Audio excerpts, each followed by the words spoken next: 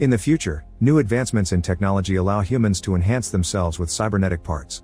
A company known as Honka Robotics, which is funded by the government, is taking this one step further by transplanting a human brain into a fully synthetic body. The first patient to go through this procedure is Mira, who wakes up in the lab and only remembers drowning. Dr. Ulit, the scientist in charge, explains that her parents were killed in a cyber-terrorist attack and Mira's body was heavily damaged. Her brain was fine though, meaning that while her shell is synthetic, her mind and soul, which Ulit calls the ghost, are completely human. Mira then begins having a panic attack and must be sedated, so Ulit goes to talk to Cutter, the company's CEO. Cutter wants to use Mira as a weapon, not caring about Ulit's protests against the idea.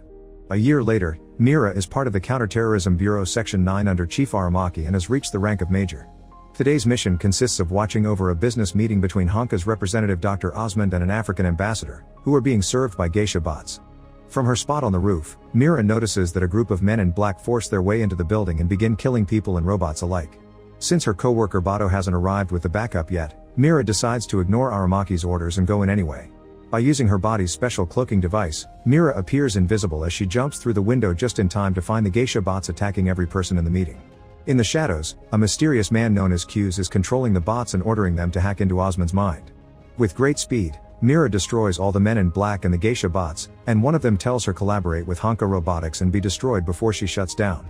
When Bato arrives with the rest of the team, he notices Mira got her arm wounded, which almost never happens. Later at home, Mira recharges her body and sees a hallucination of a cat, so she takes a special medicine that keeps her brain from rejecting her body. The next day, the team gets together to discuss what happened and learns that 3 more Honka scientists were murdered at the company's central laboratory. All of them showed signs of cerebral hacking, and in all the crime scenes this Q's guy left the same message: collaborate with Honka Robotics and be destroyed. After assigning each agent a new task, Aramaki scolds Mira for her recklessness and reminds her she's more than just a weapon. Bato and Mira leave together for their next job, but first Bato stops to feed his dogs. He wants to learn more about Mira's personal interests in return, but she admits her mind is nothing but fog. On their way to the labs, Mira sees a hallucination of a Japanese hut. A moment later, Mira meets with Ulit and gets her wound fixed while telling the doctor about the glitches she's been seeing. Ulit just deletes them from her memory and reminds Mira to take her medicine. Next, Mira and Bato go to see Dr. Dahlin, who has been working on the geisha bots to find clues. The geisha has been a Honka companion bot that someone reprogrammed for cerebral hacking. Her data was destroyed after Q's logged off her drive, so Mira decides to take a deep dive to see if she can retrieve anything. Bato reminds Mira that she would expose her mind to Q's, but she thinks the mission is more important. Dahlin connects Mira to the geisha's drive, and now Mira can see a data recreation of the night of the attack. As the images around her slowly crumble, Mira goes further inside and finds Q's looking at her own body. Suddenly Mira is surrounded by aggressive black shadows that represent Q's trying to hack into her. Dahlin isn't able to disconnect her because of Q's protection, so Bato pulls the wires by force. Luckily Mira wakes up sane and knowing Q's location. In the evening, Mira and Bato go to a Yakuza nightclub known for its black market merch. Bato is stopped by bodyguards and he pretends he's here just to drink while Mira finds a Yakuza and pretends she's here to buy merch. The men take her to a private room and handcuff her to a dancing pole. The boss can tell Mira isn't completely human and begins tasing her to make her talk while Bato realizes he can't communicate with Mira because her signal is being blocked. Since there are no clues there, Mira begins beating the Yakuza up with her great strength. Bato is approached by the Yakuza too, but when he hears Mira's commotion, he starts fighting as well. Once all the bad guys are dead, Mira goes into the back room and sees the hut hallucination from before, but this time it's on fire. After the glitch disappears, Mira sees Q's, who repeats his usual message before disappearing as well. As Bato arrives as well, Mira realizes this is a trap and pushes her friend out of the way before a bomb explodes. Hours later, Mira wakes up in the lab. Ulit explains Mira took most of the blast, but Bato still lost his eyes. While repairing Mira, Ulit discovers a bunch of glitches, and Mira admits they've been getting worse since the deep dive. Ulit is worried, but Mira swears the glitches mean nothing to her. Afterward, Mira checks on Bato and discovers he's gotten new cyborg eyes that give him new skills like X-ray. Meanwhile Cutter tells Aramaki he isn't happy about how much damage Mira has been receiving lately, but Aramaki reminds him he answers to the Prime Minister and not Honka. In the evening, Mira can't stop feeling weird about her own body because of the glitches. She decides to hire a street worker that is 100% human to touch her skin and learn more about how different she feels. At the lab, Dahlin is looking into the geisha's system and finds a file named Secure Project 2571. She's suddenly interrupted by Q's sneaking in, so she saves the file in a memory stick and hides it in her hand right before Q's kills her. The next day, Mira and Bato go check on Dahlin's murder and find the memory stick. Mira looks at the file and discovers a list of everyone who worked on a project called 2571. This is the information Q's had stolen from Osmond, and now he's killing every name on that list. Ulit is also listed, so Mira urges her team to find her. Meanwhile, Q's hacks into the brains of Lee and another sanitation worker to make them drive their truck into Ulit's car. Then they shoot the driver and catch Ulit when she's about to escape, but they're intercepted by the arrival of Mira and her team. Bato kills one of the workers, but Lee escapes by becoming invisible. Mira tracks him by watching his footprints on the water, and Lee suddenly becomes visible again when he reaches the river because Q's isn't controlling him anymore. Becoming invisible too, Mira begins to beat him up and Bato has to come to stop her from killing the guy since they need to interrogate him. Lee is taken to the team's headquarters, where he swears he doesn't know anything. It seems Q's has wiped his memory and Lee's brain created a new reality. Suddenly, Lee's mannerisms change, and the team realizes Q's has hacked into him again by using the lie detector. Once again, Mira ignores Aramaki's warnings and enters the cell cube to demand answers, but Q's only asks her to come to see him. The team manages to track Q's location and Q's disconnects, leaving Lee in such a bad mental state that he ends things for himself. Afterward, the team gets inside an abandoned building where they find dozens of people mentally linked in the same network. While Bato and the others begin beating people up, Mira goes deeper inside and discovers that the network is formed by the minds themselves. That's why Q's is so hard to find. Mira keeps looking around and sees the hut hallucination again. This time it's on fire and people are being dragged away from it. When the glitch disappears, Mira is attacked from behind, and after exchanging a few hits she gets tased into unconsciousness. Moments later, Mira finds herself hanging from a brain connection while Q's watches her. He explains that he felt something special when Mira connected her mind to the geisha and it made him realize he and Mira are the same. It turns out Ulit lied to Mira. She isn't the first brain in a synthetic body. Project 2571 tried the same procedure on dozens of people like Q's, and they were all discarded like garbage when the experiments failed.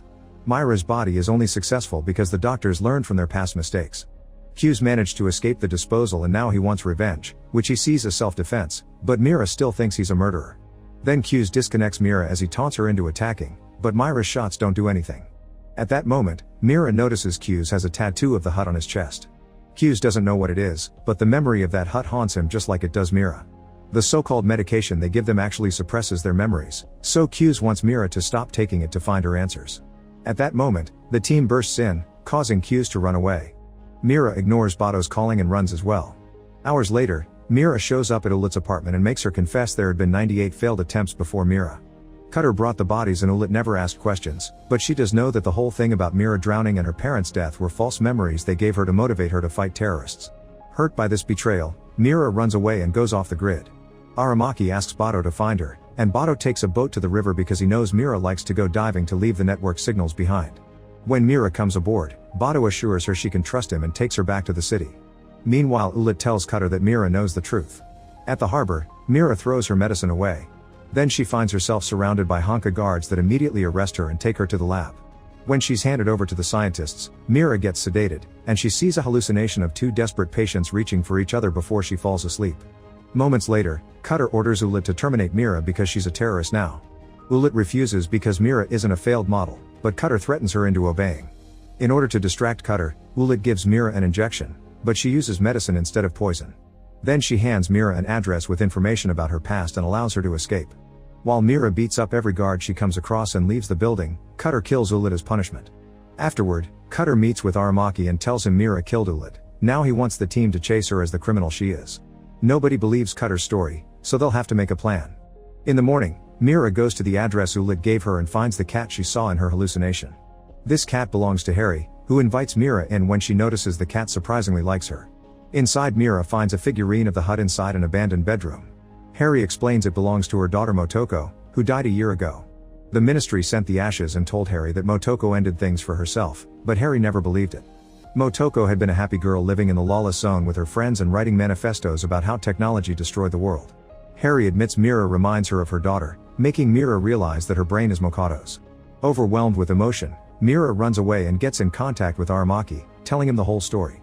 Aramaki believes her, but they can't prove it because Ulit is dead. Hearing this makes Mira furious and she asks Aramaki to put the conversation on the grid on purpose so that Q's can find her. Aramaki promises to meet with the Prime Minister to make Cutter pay for his sins, and this conversation is overheard by Cutter as well.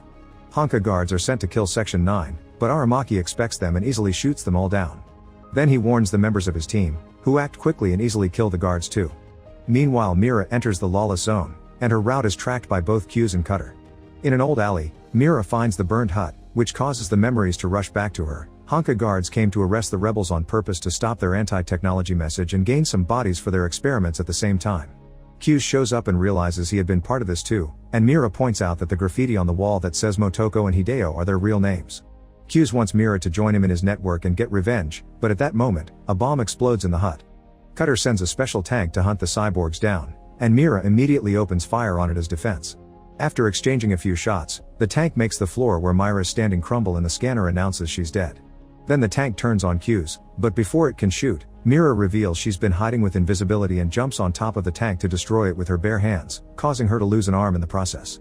Q's asks Mira to come with him again, but Mira turns him down because she still thinks she belongs here. Their conversation is interrupted when a Honka helicopter shows up and Cutter's sniper shoots Q's. Then he tries to kill Mira too, but Aramaki sent a sniper as well, and with just one shot he makes the helicopter crash. Bato shows up and Mira promises both the Major and Motoko are alive together in her ghost. Meanwhile, Aramaki shows up at Cutter's office and with the permission of the Prime Minister, he kills Cutter for his crimes. Some days later, Mira visits Mokado's grave and bumps into Harry, who finally realizes who Mira is and hugs her, accepting her as her daughter. Afterward, Mira rejoins the team to continue working on keeping the city safe. Make sure to subscribe and turn on notifications so you can watch more videos like this. Thanks for watching.